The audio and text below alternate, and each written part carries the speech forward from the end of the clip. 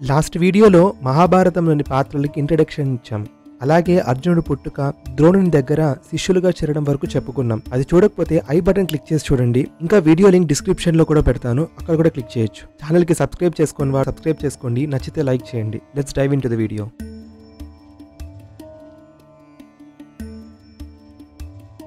ద్రోణాచార్యుని దగ్గర పాండవులు, కౌరవులు మాత్రమే కాకుండా చాలా మంది రాజపుత్రులు కూడా విద్యలు నేర్చుకునేవాళ్ళు. అందులో కర్ణుడు కూడా ఒకడు.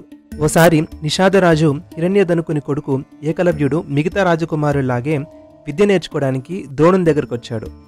ద్రోణాచార్యుడు కౌరవుల వంక చూసి నిషాదపుత్రుడు అనే కారణంతో ఏకలవ్యుని శిష్యునిగా తీసుకోలేదు. దాంతో ఏకలవ్యుడు ఆయన పాదాలకు నమస్కారం చేసి తిరిగెళ్లి ద్రోణాచార్యుని విగ్రహం స్థాపించుకుని ఏకాగ్రతతో తనంతట తానే ధనుర్విద్యను అభ్యసించడం మొదలుపెట్టాడు. చాలా కాలం గడిచింది. అర్జునుడు ద్రోణుని దగ్గర గుర్రం పైన, ఏనుగు పైన, రథం పైన, నేల మీద నిల్చొని యుద్ధం ఎలా చేయాలో, బాణాలు ఎలా వదలాలో ఇలా చాలా విషయాలు నేర్చుకున్నాడు. మిగతా శిష్యులు పాండవులు, కౌరవులు, మిగతా రాజకుమారులు కూడా విద్యాభ్యాసం చేస్తున్నారు. ఒకసారి వాళ్ళందరూ అడవిలో హింసాత్మకమైన జంతువుల్ని వేటాడాలని వెళ్లారు. పాండవులు వాళ్లతో పాటే ఒక కుక్కను కూడా తెచ్చుకున్నారు. ఆ కుక్క అడవిలోకి పరిగెత్తుకుంటూ వెళ్లిపోయింది. ఒక చోట ఏకలవ్యుడు వదలకుండా వెంటనే బాణాలు వదులుతూ ప్రాక్టీస్ చేస్తుంటే అతని దగ్గరికి వెళ్లి ఆ కుక్క మొరగడం మొదలెట్టింది. ఏకలవ్యుడు ఒక్క వేటుతో 7 బాణాలు ఆ కుక్క నోట్లో గుచ్చుకునేలాగా బాణాన్ని ప్రయోగించాడు.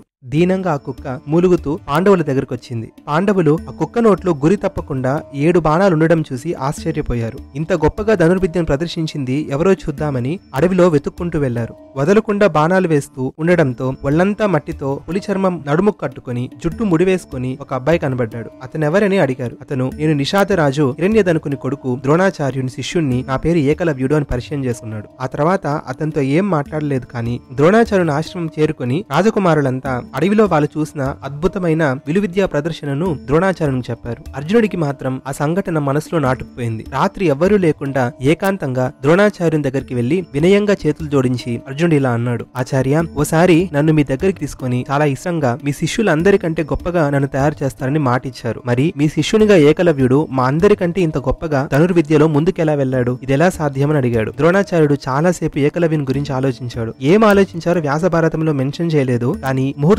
కాలం పాటు, అంటే అట్లీస్ట్ 48 మినిట్స్, మనం కనీసము అరగంట కంటే ఎక్కువ అని కూడా అనుకోవచ్చు, అంతసేపు ఆలోచించి అర్జునుడిని, మిగతా పాండవుల్ని వెంట పెట్టుకుని ఏకలవ్యుని దగ్గరికి వెళ్లారు.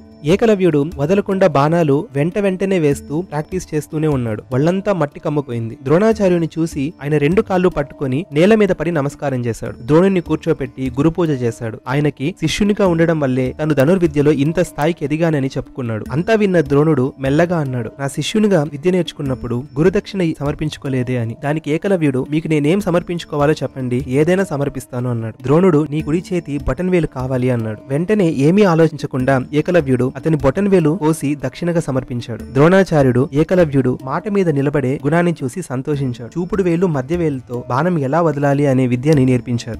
వెంటనే వదలకుండా బాణాలు వేగంగా వదలడానికి బొటన్ వేలు లేకపోతే అంత స్పీడ్ బాణాలు కొట్టలేం. ద్రోణాచార్యుడు అనుకున్నట్లే ఆ పైన ఏకలవ్యుడు బాణాల్లో ఇంతకు ముందున్నంత స్పీడ్ లేకుండా తగ్గింది. అర్జునుడు కూడా ఇది చూసి సంతోషించాడు. ఇక్కడ నేను ఎంతవరకు చెప్పానో ఇంతవరకు మాత్రమే మహాభారతంలో ఏకలవ్యుని గురించి కథ ఉంది. ఆ తర్వాత ఆయన గురించి అక్కడక్కడ మెన్షన్ వస్తుంది తప్ప వేరెక్కడ ఆయన కథ లేదు. కానీ ఈ చిన్న స్టోరీని పట్టుకుని ఏకలవ్యుని హీరోగా ఆయనకు ఒక హీరోయిన్ ని పెట్టి అర్జునుడు ద్రోణాచార్యుని విలన్ గా చేసి జాతి వివక్షణ అనే విషయాన్ని తీసుకొని వచ్చి భారతంలో లేని విషయాల్ని కల్పించి సినిమాలు, సీరియల్స్ చేశారు. మహాభారతాన్ని సరిగ్గా అర్థం చేసుకుంటే ద్రోణాచార్యుడు ఏకలవ్యుని బొటనవేలు ఎందుకు తీసుకున్నాడు అనే ఆన్సర్ మనకు దొరుకుతుంది. ఓసారి ఆ లైన్స్ లో పరిశీలిద్దాం. ఫస్ట్ ఆఫ్ ఆల్, ద్రోణాచార్యుడు ఎవరు? కురువంశం రాజులందరికీ రాజ్యం కోసం యుద్ధ కళలు నేర్పించే గురువు. సింపుల్ గా చెప్పాలంటే డిఫెన్స్ అండ్ సెక్యూరిటీ సబ్జెక్ట్స్ ని నేర్పించే టీచర్. ఒకసారి ఆలోచించండి, మన డిఫెన్స్ కి సంబంధించిన మిసైల్స్ ని DRDO డిజైన్ చేస్తుంది. సంబంధమే లేకుండా మీరో నేనో వెళ్లి బ్రహ్మోస్ మిసైల్ యొక్క మెకానిజం ఇంకా ఎలా డిజైన్ చేయాలో ఆ టెక్నాలజీ ఇన్ఫర్మేషన్ కావాలి అంటే ఎలా ఉంటుంది? ప్రతి కంట్రీ వాళ్ళ డిఫెన్స్ అండ్ సెక్యూరిటీకి సంబంధించిన టెక్నాలజీ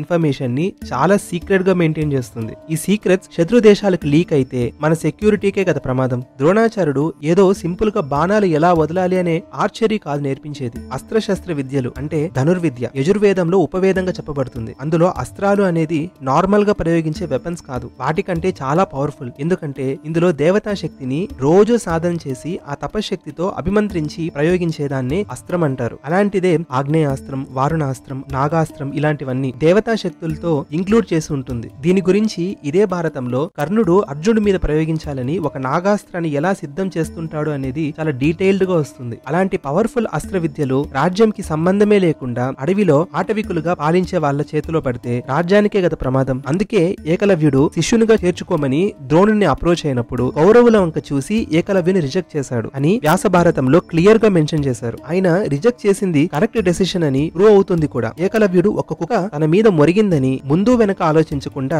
ఒక్క ఏటుతో 7 బాణాలు కుక్క నోట్లో కొట్టినప్పుడు ఇంత పవర్ఫుల్ అస్త్రాలు కానీ ఇలాంటి మన చేతిలోకి వస్తే రేపు ముందు వెనక ఆలోచించకుండా బ్రహ్మాస్త్రం లాంటి మహతరమైన అస్త్రాలని సామాన్యుల మీద ప్రయోగించడానికి గ్యారంటీ ఏంటి? ఇవన్నీ ఆలోచించాడు కాబట్టి ద్రోణుడు అర్హత లేని వాడికి గొప్ప గొప్ప విద్యల నాలెడ్జ్ ఉండకూడదని డెసిషన్ తీసుకున్నాడు. ఇదే ముహూర్త కాలం పాటు ఆలోచించి డెసిషన్ తీసుకున్నాడు అని చెప్పడంలో అర్థం. బ్రహ్మాస్త్రం లాంటి బ్రహ్మ విద్యా అస్త్రాలకి వినయం, లోక శ్రేయస్సు, ధర్మంగా ఉండడం అనేవి అర్హతలు. అందుకే ఇంతమంది శిష్యులున్న అర్జునుడికి మాత్రమే బ్రహ్మ శిరోనామకాస్త్రం అంటే బ్రహ్మాస్త్రాన్ని ఉపదేశించాడు ద్రోణాచార్యుడు. అంటే నిజంగానే అర్జునుడు మహాభారతం చివరి దాకా ఎవ్వరి మీద కూడా ఆయనకున్న దివ్యాస్త్రాలు బ్రహ్మాస్త్రం కానీ పాశుపతాస్త్రాన్ని కానీ ఎవ్వరి మీద ప్రయోగించలేదు. ఒకే ఒక్కసారి, అది కూడా అశ్వత్థామ బ్రహ్మాస్త్రాన్ని ప్రయోగిస్తే దాన్ని నిరోధించడం కోసమని శ్రీకృష్ణుని ఆజ్ఞతో బ్రహ్మాస్త్రం ప్రయోగిస్తాడు అర్జునుడు. దిస్ షోస్ అర్జునుడు ఎంత డిజర్వింగ్ అని, అదర్ దాన్ ఏకలవ్య కర్ణుల కంటే. అన్ అదర్ సైడ్ ఏకలవ్యుడు మహాభారత యుద్ధంలో కౌరవుల పక్షంగా యుద్ధం చేశాడు. ఒకవేళ ఏకలవ్యుని సామర్థ్యం అలాగే ఉండి ఉంటే కౌరవుల పక్షంలో యుద్ధం చేసిన ఏకలవ్యుణ్ణి పాండవులు ఓడించడానికి చాలా కష్టమయ్యేది. పాండవులు ఓడిపోవడం అంటే ధర్మం ఓడిపోవడం, విచ్ షుడ్ నాట్ హ్యాపెన్. ఇదే మాట స్వయంగా శ్రీకృష్ణుడు కూడా చెప్తాడు. కురుక్షేత్ర యుద్ధంకి ముందు శ్రీకృష్ణుడు అర్జునుడు పాండవులతో అంటాడు, 3 మందిని నేను